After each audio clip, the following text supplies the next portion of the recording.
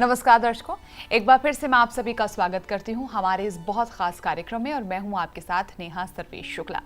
अब तक हम आपको ज्योतिष वास्तु को लेकर बहुत सारी जानकारियां दे चुके हैं। आज बारी आ गई है रत्नों को लेकर आप लोगों को बारीक इंफॉर्मेशन देने की। रत्नों की बिना एक अलग ही बहुत ही खूबसूरत दुनिया। ये रंग बिरंगे रत्न हाथों में कभी कभी हम लोग खूबसूरती के लिए धारण करते हैं और कभी कभी कहा जाता है कि ये रत्न हमारा भाग्य को बदलने में, हमारी परेशानियों को दूर करने में एक बहुत अहम योगदान प्ले करते हैं। अब क्या वाकई में रत्नों के अंदर इतनी शक्ति होती है जो हमारे बिगड़ते हुए कामों को बना देते हैं? आखिर ये रत्नों की दुनिया है क्या? आज हम इसको समझने की कोशिश करेंगे। हमारे साथ मौजूद हैं पूरी जानकारी देने के लिए आचार्य लोकेश धमीजा जी। नमस्कार आचार्य जी। नमस्कार नेहा जी और संस्कार चैनल के सभी दर्शकों को सादर प्रणाम। चलिए पहले तो आप मुझे ये बताइए, रत्न मैंने भी एक दो धारण कर रखा है, अभी तो कुछ मैंने उतार दिए हैं। ये रत्न है क्या और काम कैसे करते हैं? रत्न ज्योतिष के अंदर रेमेडी के लिए यूज किए जाते हैं। अब साइंटिफिक में अगर रत्नों को देखें तो रत्न जो है वो क्रिस्टल की एक फॉर्म होते हैं। और अगर हम अर्थ की लेयर की बात करें तो हमारा अर्थ में 3 लेयर होती हैं और बहुत हीट प्रोसेस से, केमिकल कंपोजिशन से, टेम्परेचर से, कहते हैं सैकड़ों साल लगते हैं तब जाके एक प्रोसेस के जरिए नेचुरल स्टोन बनते हैं। और सनलाइट से बनते हैं तो इंद्रधनुष आप सबने देखा है 7 रंगों से होता है। और हर प्लेनेट के कुछ ना कुछ गुणधर्म होते हैं जिसमें कलर थेरेपी को भी लिया गया है। तो हर प्रकार के रत्न जो होते हैं वो किसी न किसी कलर को भी डिनोट करते हैं। और ये रत्न जब हमारे प्लेनेट के साथ इंडिकेट करते हैं तो हमारे जीवन पे बहुत प्रभाव डालते हैं और सैकड़ों साल लगते हैं इसको बनने में। तो रत्न जो है बिल्कुल एक नेचुरल प्रोसेस है जो हमें कुदरत ने दिया हुआ है। मैंने ना कुछ लोगों को ये कहते और सुनते हुए सुना है, देखा है कि गुस्सा आता है, इसको एक काम करो, इसको मोती पहना दो और मोती पहनाने से ना गुस्सा शांत हो जाता है। तो क्या वाकई में ही ये बात सच है? पहले तो देखो रत्नों के बारे में एक दो चीजें और बताते हैं। रत्न अट्रैक्ट करता है। देव, राजा, महाराजे, हम, फीमेल्स, कोई भी हो, रत्नों की ऐसी शक्ति होती है कि उनको सब लोग अट्रैक्ट करते हैं और मन करता है कि हम धारण कर लें। मोती जो होता है वो चंद्रमा का प्रतीक होता है और चंद्रमा जो है उसको माँ बोला गया है। मेरे ख्याल से सृष्टि के अंदर माँ से बड़ा योगदान किसी का भी नहीं है। एक परिवार को चलाने में जो माँ का रोल होता है शायद ही किसी का होता है। बिल्कुल। और माँ को अगर बोला जाए तो कॉम्प्रोमाइज भी करती है। कॉम्प्रोमाइज।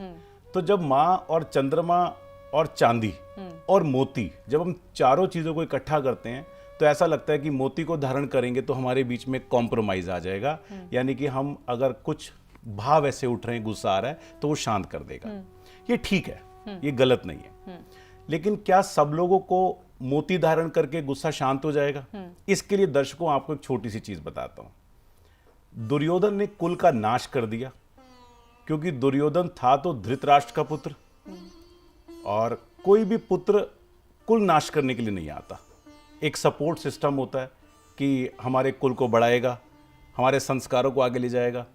लेकिन अगर आपकी कुंडली में भी चंद्रमा या कोई भी ग्रह ऐसा है जिसको नेगेटिव पावर यानी कि शकुनी की पावर जब दुर्योधन को मिली तो दुर्योधन ने त्राही त्राही मचा दी। अगर आपका चंद्रमा कुंडली के अंदर 6ठे घर को, 8वें घर को, 12वें घर को कनेक्ट करता है, अगर आपका चंद्रमा 7वें घर को, 8वें घर को, 12वें घर को कनेक्ट करता है तो ये मर्डर जैसा रूप भी ले सकता है। अच्छा। तो इसका मतलब सब समझते हैं कि हम मोती धारण कर लेंगे तो गुस्सा शांत हो जाएगा। तो ऐसा नहीं है। अगर ये चंद्रमा आपके कुल को तारने वाला है, जैसे दुर्योधन को अगर शकुनी का सपोर्ट नहीं मिलता तो वो परेशान नहीं करता, तो अगर ये मर्डर जैसी एक्टिविटी भी दे सकता है, यानी कि ऐसा प्रॉब्लम भी क्रिएट कर सकता है कि बहुत ज्यादा गुस्सा बढ़ जाए, तो यही मोती आपके लिए दोष साबित होगा जो बहुत बड़ी प्रॉब्लम क्रिएट कर देगा। तो आज से ये धारणा आप निकाल दीजिए कि मोती जो है गुस्से को शांत करता है, ऐसा नहीं है। आपकी कुंडली में ये किस प्रकार से पड़ा हुआ है, इसके क्या कोऑर्डिनेट्स बनते हैं, कौन सा नक्षत्र इसको सपोर्ट करता है, इस तरीके से इसको धारण करना मतलब चाहिए। जरूरी नहीं है कि जिसको गुस्सा आ रहा है वो सभी लोग मोती धारण करें और उनका गुस्सा शांत हो जाए। बिल्कुल बिल्कुल बिल्कुल बिल्कुल। तो आज से ये वाली चीजों को आप देखिए कि जब से आपने मोती धारण किया और जिनको गुस्सा आता है क्या उनका शांत हुआ? कईयों का तो बहुत बढ़ गया होगा। तो इसको अच्छी तरीके से जजमेंट करके देखना चाहिए कि क्या ये स्टोन हमारा बनता है वही कुलदीपक बनेगा या कुलनाशक बिल्कुल। बनेगा। और मुझे लगता है एक्सपर्ट की एडवाइस बहुत जरूरी है, बहुत जरूरी क्योंकि रत्न वाकई में ही हमारे जीवन पे एक बहुत बड़ा प्रभाव डालते हैं। क्योंकि अभी जैसे आचार्य जी ने बताया, आगे आगे वक्त जैसे प्रोग्राम बीतता जाएगा हम आपको एक एक जानकारी और देते जाएंगे, लेकिन फिलहाल इस बात को समझ लीजिएगा कि बिना एक्सपर्ट एडवाइस के आप किसी भी रत्नों को धारण ना करें। अच्छा, यहाँ पर एक बात और है, मैंने कुछ लोगों को ये भी कहते हुए सुना है कि आप अपनी राशि का रत्न जरूर धारण करें। राशि का एक बहुत बड़ा पैमाना होता है कि हम राशियों के जो स्वामी होते हैं उनके रत्नों को धारण करते हैं। ये हमारे वैदिक शास्त्र में दिया हुआ है। लेकिन अगर हम अपनी अपनी राशि के स्टोन डाल देंगे तो ये स्टेटमेंट अच्छा नहीं है। ये स्टेटमेंट देखिए कैसे अच्छा नहीं है। पहले तो थोड़ा सा नॉलेज आपको देते हैं। आपकी कुंडली का पहला घर, 5वां घर और 9वां घर, ये आपकी कुंडली के लक्ष्मी स्थान बनते हैं, एक त्रिकोण बनता है। जिन घरों को कहते हैं ये बहुत शुभ हैं, बहुत अच्छे हैं, इनके फल हमेशा आपको अच्छे प्राप्त होंगे। तो इनके जो भी स्वामी बनते हैं उनके ग्रहों के रत्न आप धारण कर सकते हैं। लेकिन ये देखिए, अगर इनके स्वामी आपकी कुंडली के अंदर गलत जगह पड़े हुए हैं, यानी कि उनका जो कॉम्बिनेशन है वो शत्रुओं के साथ बना हुआ है, तो ये बहुत प्रॉब्लम क्रिएट कर देंगे। और बहुत जगह मैंने देखा, टीवी पर भी, मैगजीन्स में भी, आजकल मीडिया में प्रचलन है कि आप अपनी राशि का स्टोन डाल दीजिए, अपना ये स्टोन डाल दीजिए। ये बहुत गलत है, क्योंकि हमारे यहाँ क्लासेस होती हैं, देश विदेश से बच्चे पढ़ने आते हैं। अब तो ऑनलाइन ने बहुत सुविधा कर दी है, और कोरोना के बाद तो डिजिटल बहुत ज़्यादा हो गया, ऑनलाइन हो गया। तो आप देखो, हमने इतने सारे स्टूडेंट्स के नग उतरवा दिए, और ऐसा नहीं बोला कि प्रेशर दिया आप उतारो। आप जिस भी स्टोन को धारण करते हैं वो पीरियड आपकी कुंडली में आता है, चाहे दशा बन के, चाहे भुक्ति बन के, चाहे अंतरा बन के, यानी कि महादशा, अंतरदशा और प्रत्यंतर दशा। आप स्वयं देखिए कि उस पीरियड के अंदर जिस स्टोन को आपने धारण किया है, अगर वो पीरियड आपका चल रहा है और अगर वो पीरियड आपका बैड है, तो वो क्या करेगा, उसकी पावर को बढ़ा के और प्रॉब्लम क्रिएट कर देगा। तो राशियों के स्टोन, मेरा निवेदन है, बिल्कुल मत डालिएगा। अगर वो राशि आपके नक्षत्रास के साथ, आपके उप नक्षत्रास के साथ, आपके भाव के साथ अच्छा संबंध बना रही है, तो यकीन कीजिए ये आपका जैकपॉट है। जरूर धारण कीजिए और अच्छे से अच्छा नग धारण कीजिए, अन्यथा नहीं। अच्छा, ये अभी जो आपने बताया कि मित्र जो हमारे ग्रह हैं उनका रत्न चाहे हमें किसी एक्सपर्ट की एडवाइस के बिना भी धारण कर सकते हैं।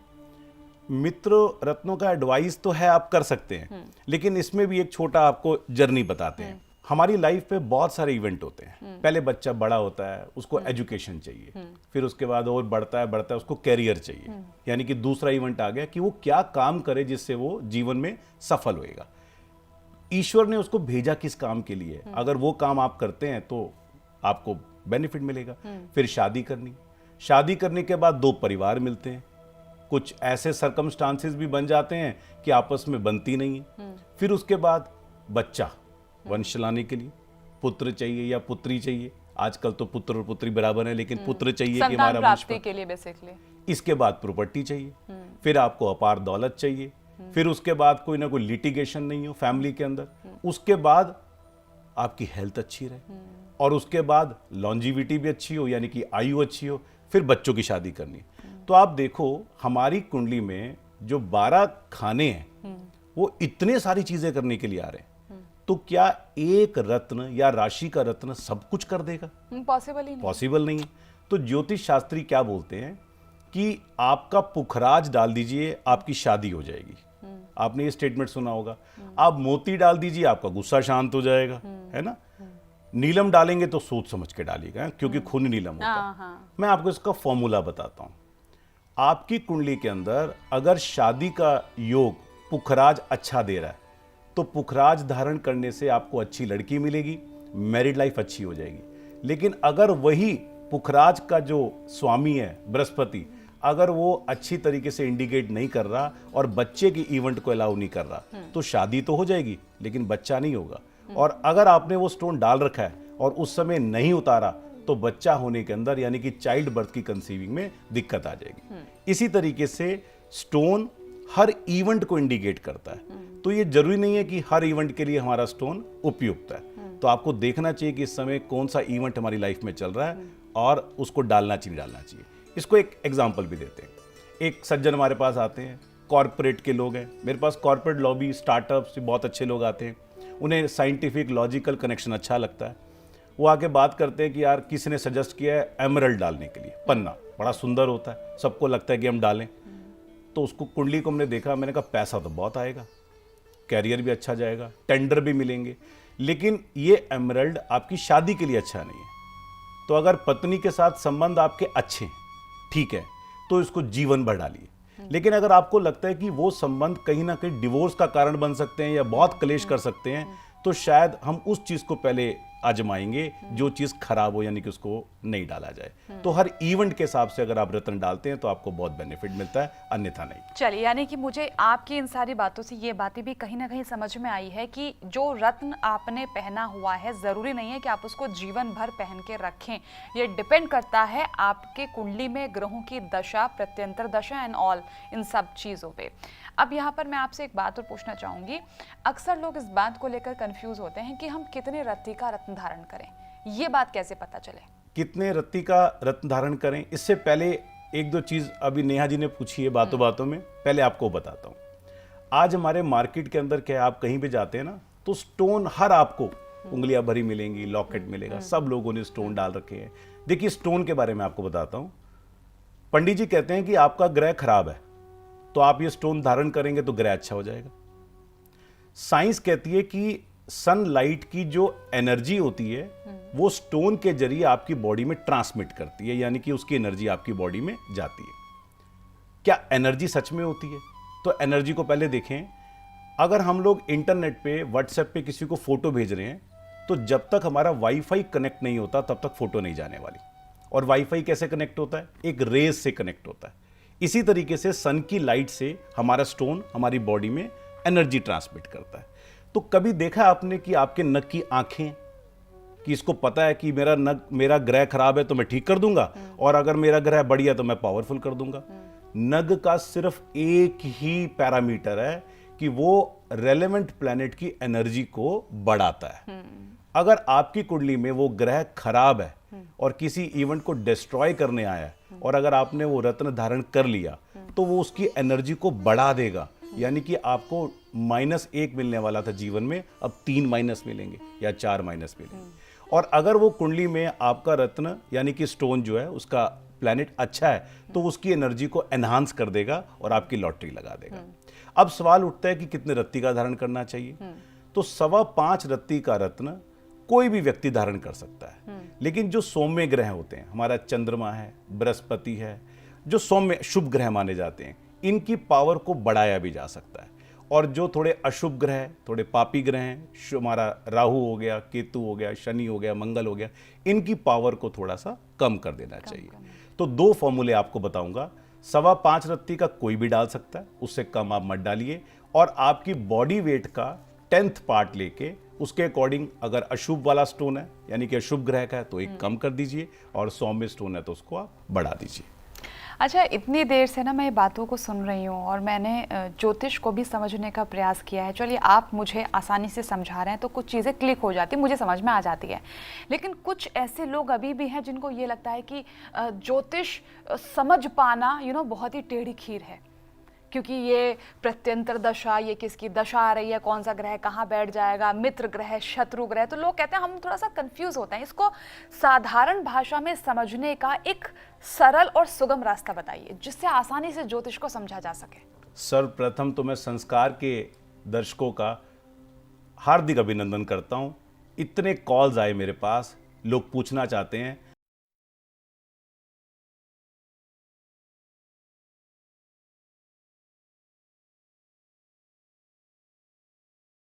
प्रश्न है तो आप जरूर व्हाट्सएप कीजिए, हमारे नंबर पे कांटेक्ट कीजिए। हम कोशिश करेंगे अगले एपिसोड में उस चर्चा को रखेंगे ताकि आपको बहुत सारा ज्ञान भी मिल सके। अब आपने बताया कि ज्योतिष में बहुत सारी संभावनाएं हैं। मैं उसके लिए एक चीज़ बोलूँगा, आज हर घर में कम से कम एक व्यक्ति को ज्योतिष जरूर आना चाहिए। ज्योतिष जरूर क्यों आना चाहिए? हमने इतना सुगम, सरल, लॉजिकल, साइंटिफिक एक मेथड डेवलप की है जिसके थ्रू आप पूरा का पूरा ज्योतिष शास्त्र घर बैठे बैठे सीख सकते हैं, अपने टाइम पे सीख सकते हैं। इसका बेनिफिट क्या है? एक तो आप लूट से बच जाएंगे, यानी कि प्रॉब्लम तो जीवन भर आती रहेगी, हर क्षण आती रहेगी, हर वजह आपको कुछ ना कुछ ज्योतिष शास्त्री की, एक एस्ट्रोलॉजर की जरूरत है। तो आपको बहुत पैसा खर्च करना पड़ता है। आप मात्र कुछ समय लगा के, थोड़ी सी फीस खर्च करके आप खुद सीख सकते हैं। और विश्वास कीजिएगा, ये कुछ चमत्कार नहीं करता है, लेकिन आपको रास्ता दिखा देता है। चलिए, तो आप लोगों के जितने भी सवाल आ रहे हैं ना, उन सवालों को हम अपने आने वाले एपिसोड्स में लेने की पूरी कोशिश करेंगे। लेकिन जो नंबर्स आपके सामने हैं वो इसलिए हैं ताकि आप लोग ज्योतिष को सीख सकें, वास्तु की बारीकियों को आप समझ सकें। अगर आप ज्योतिष, वास्तु, न्यूमरोलॉजी आदि कुछ भी सीखना चाहते हैं तो ये नंबर्स आपके सामने, नंबर्स पे आप फोन करके पूरी तरह से जानकारी ले सकते हैं। अच्छा सर, मैं ना ये बात पूछना चाहती हूँ क्योंकि मैंने ना कुछ रत्नों के बारे में सुना है, जैसे नीलम हुआ, पुखराज हुआ, माणिक हुआ, पन्ना हुआ। कुछ रत्न ऐसे हैं जो बहुत ही ज्यादा महंगे हैं। अब मान लो किसी ने किसी को बता दिए, अब उसका बजट बिगड़ गया है या वो उसको नहीं अफोर्ड कर पा रहा है, तो ऐसी स्थिति में क्या किया जाए? क्या one and only last option रत्न ही है धारण करना, कि इसके बिना प्रॉब्लम का सोल्यूशन नहीं हो सकता? रत्नों को धारण तब करना है आपको जब आपकी कुंडली के अंदर वो अलाउ कर रहा है, तो आपके लिए जैकपॉट है। और अगर आपको पता है कि ये जैकपॉट लग सकता है तो आदमी पैसे खर्च कर देगा। नहीं तो देखो, मैंने भी कोई देख रही थी अभी आपकी कोई रत्न नहीं डाले हुए। तो अगर आपने रत्न डाले हुए हैं और आप चाहते हैं कि इससे कुछ बेनिफिट हुआ नहीं हुआ, आप निकाल सकते हैं। अगर आपका ग्रह बहुत अच्छा है तो फल देगा, और अगर आपकी कार्मिक थ्योरी अच्छी है तो बहुत फल देगा। लेकिन अगर आपका ग्रह अच्छा है और आप और ज्यादा पाना चाहते हैं, यानी कि आपको जिन मिल गया है, जब भी जिन को आप रगड़ेंगे अलादीन आ जाएगा कि मैं क्या करूं आका आपके लिए, तो आपके लिए रत्न बनता है। लेकिन अगर आपका ग्रह खराब है, आप रत्न डाल रहे हैं तो अपना सर्वनाश कर रहे हैं। तो इसलिए रत्न अगर नहीं डालते हैं तो कोई दिक्कत नहीं है। जो ग्रह अच्छा है उसने तो पावर देनी है। खराब ग्रह को रत्न ठीक नहीं कर सकता, क्योंकि उसकी आंखें और कान नहीं होते हैं, वो एनर्जी से चलते हैं। तो इसका कुछ रत्नों का ऑल्टरनेट भी होता है क्या? हाँ, बहुत सारी रेमेडीज और भी होती हैं जो हम लोग यूज कर सकते हैं। तो बेस्ड ऑन कैलकुलेशन और कुंडली के माध्यम से उनको गाइड कर सकते हैं कि आपको डालना चाहिए।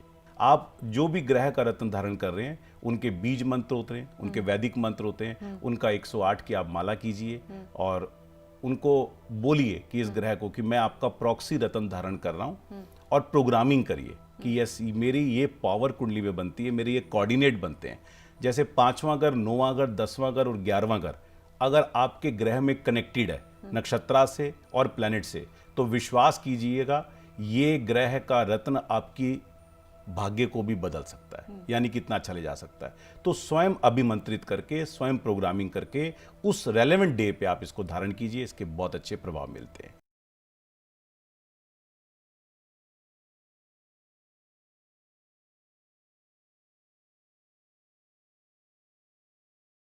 चलिए, तो मुझे लगता है कि रत्नों को लेकर आपके जितने भी मन में सवाल होंगे ना, एक एक सवाल का जवाब हमने यहाँ पर देने की कोशिश की है। लेकिन फिर भी आप लोगों को, मुझे लगता है, ये सवाल अभी भी रहा होगा कि हम कैसे पता करें कि रत्न सही है या नहीं है। देखिए, इसका तो बिना एक्सपर्ट के एडवाइस के कुछ पता लग ही नहीं सकता। इसीलिए आप एक्सपर्ट की एडवाइस ज़रूर लें। और अगर आपको कोई भी जानकारी चाहिए वास्तु के बारे में, यानी वास्तु आप सीखना चाहते हैं, ज्योतिष सीखना चाहते हैं, न्यूमरोलॉजी आप सीखना चाहते हैं, तो क्लासेस आचार्य जी देते हैं। आप पूरी जानकारी इन नंबर्स पे फ़ोन करके ले सकते हैं। फिलहाल आज के लिए इतना ही। अगले एपिसोड में आपको देंगे कुछ और बेहतरीन जानकारी। बहुत बहुत शुक्रिया आपको जुड़ने के लिए। नमस्कार जी। नमस्कार।